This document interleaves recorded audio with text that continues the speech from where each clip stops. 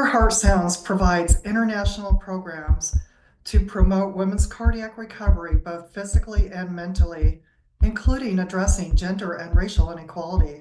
Please listen with I your do heart. believe race played a factor, unfortunately, in the type of care that I received, especially when I first went to the ER.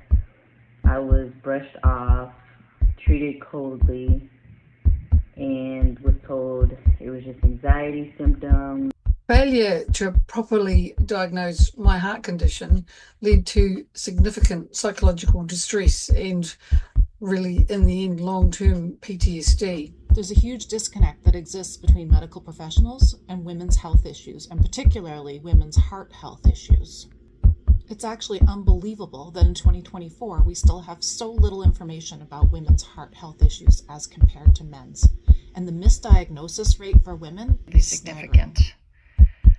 Luckily, Her Heart Sounds got me into Survivor support group, and over a number of weeks of meeting with these really awesome women, we did a lot of exploration into the mental component, stress reduction, how we were healing our hearts and our minds.